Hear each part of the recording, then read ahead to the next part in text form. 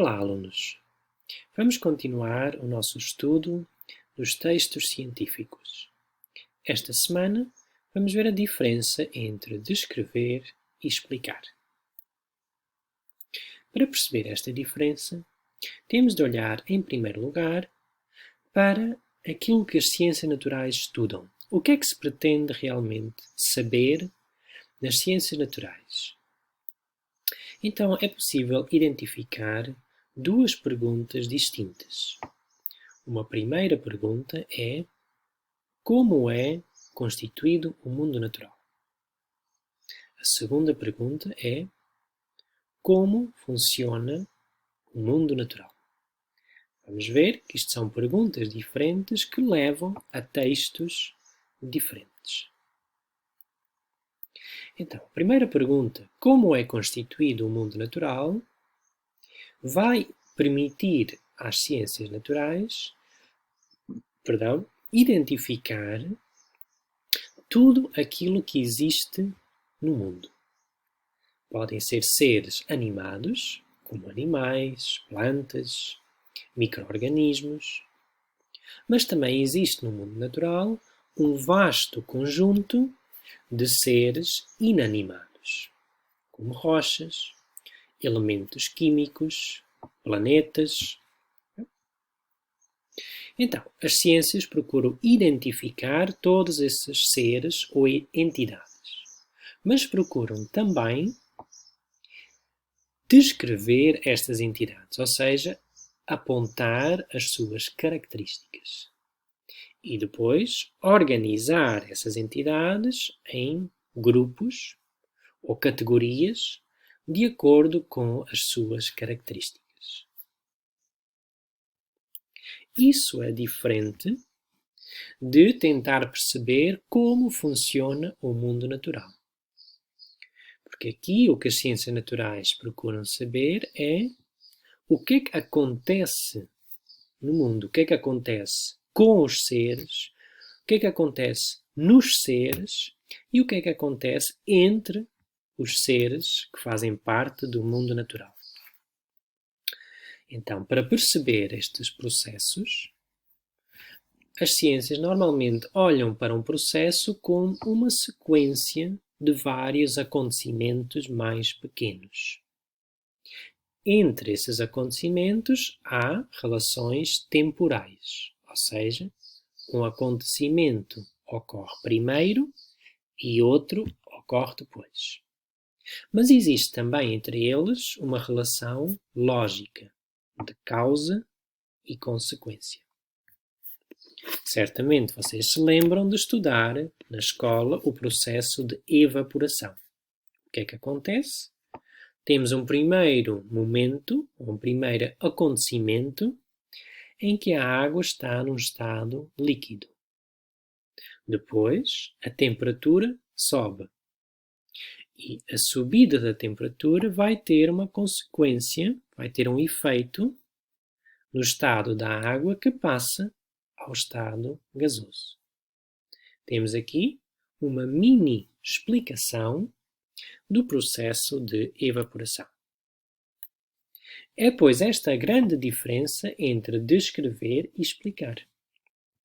Porque para responder à primeira pergunta, como é constituído o mundo natural, para responder precisamos de descrever.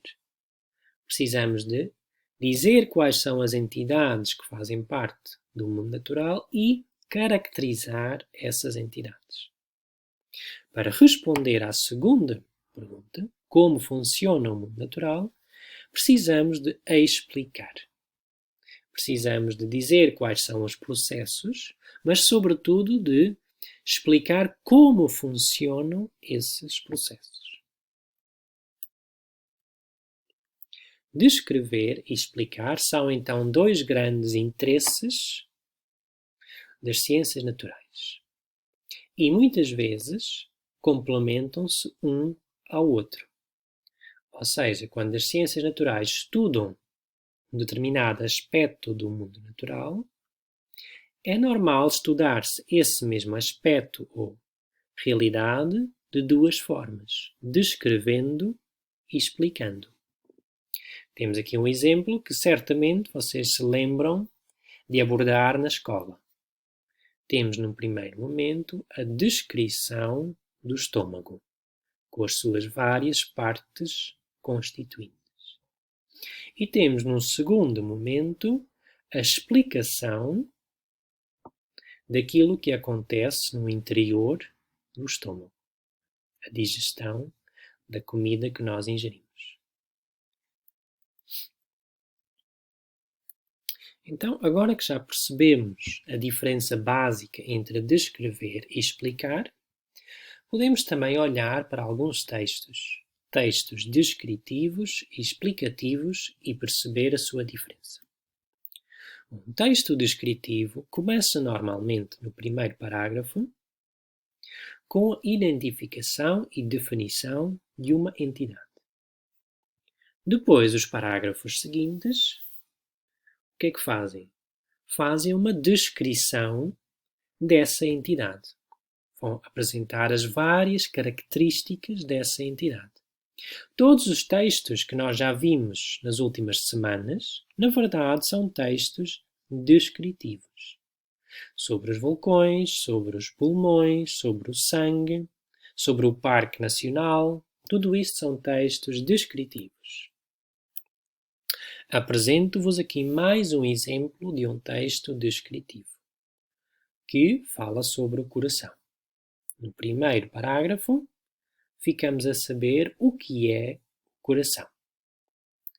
Nos parágrafos seguintes, encontramos as várias partes do coração e uma pequena descrição de cada parte.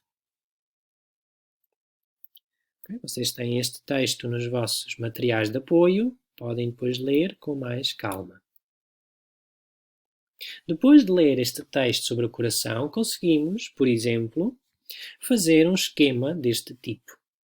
Temos em cima no esquema a entidade geral, coração.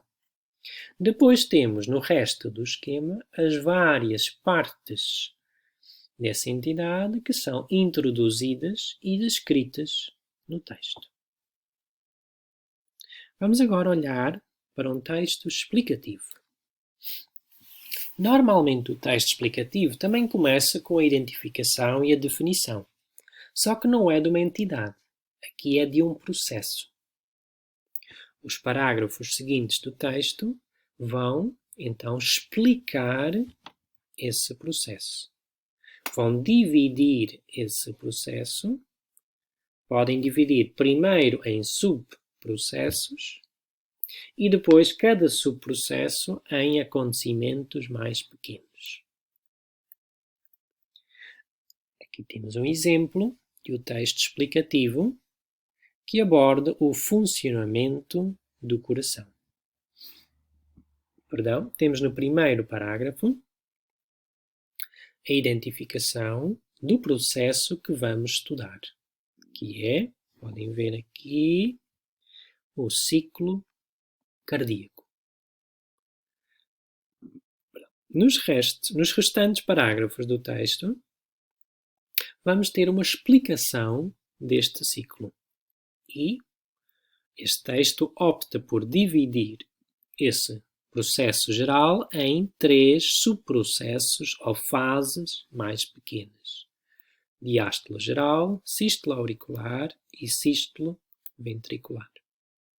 Portanto, conseguimos, a partir deste texto, fazer um esquema deste tipo, muito diferente do esquema que fizemos para o texto descritivo. Portanto, aqui temos os grandes subprocessos do ciclo cardíaco. Mas conseguimos ainda fazer um outro esquema a partir deste texto, que está exemplificado aqui, e que é, no fundo, todos os acontecimentos individuais que estão contidos no texto. Começamos com o miocárdio que está relaxado e passamos a um segundo evento, que é o sangue entra nas aurículas. O próximo acontecimento é o sangue flui para os ventrículos. O próximo evento é as aurículas contraem-se. Depois o sangue passa para os ventrículos. ventrículos, perdão. Os ventrículos contraem-se e o sangue sai do coração. Então, temos aqui vários pequenos acontecimentos e cada acontecimento está ligado ao próximo por uma relação temporal, mas também causal. Então, agora que já percebemos um pouco o funcionamento do texto descritivo e explicativo, são textos diferentes com uma estrutura diferente, podemos também olhar para algumas características gramaticais destes textos. Haverá muitas, mas nós aqui nesta aula, ou nesta semana, vamos olhar só para os verbos. Então, um texto descritivo tem, sobretudo, aquilo que se chama, tecnicamente, verbos relacionais e existenciais. São duas palavras um pouco difíceis, mas o significado, na verdade, é muito simples. Trata-se de verbos em que o significado é semelhante ao verbo ser, ter ou existir. Nos textos explicativos, por outro lado, vamos encontrar, sobretudo, verbos materiais. O que é que são? São verbos que exprimem uma ação física, relacionadas, então, com o fazer. E eu aqui tenho algumas frases que tirei do texto descritivo e do texto explicativo. E conseguimos ver claramente é, encontra-se, é, está, existem. Estes verbos não exprimem nenhuma ação.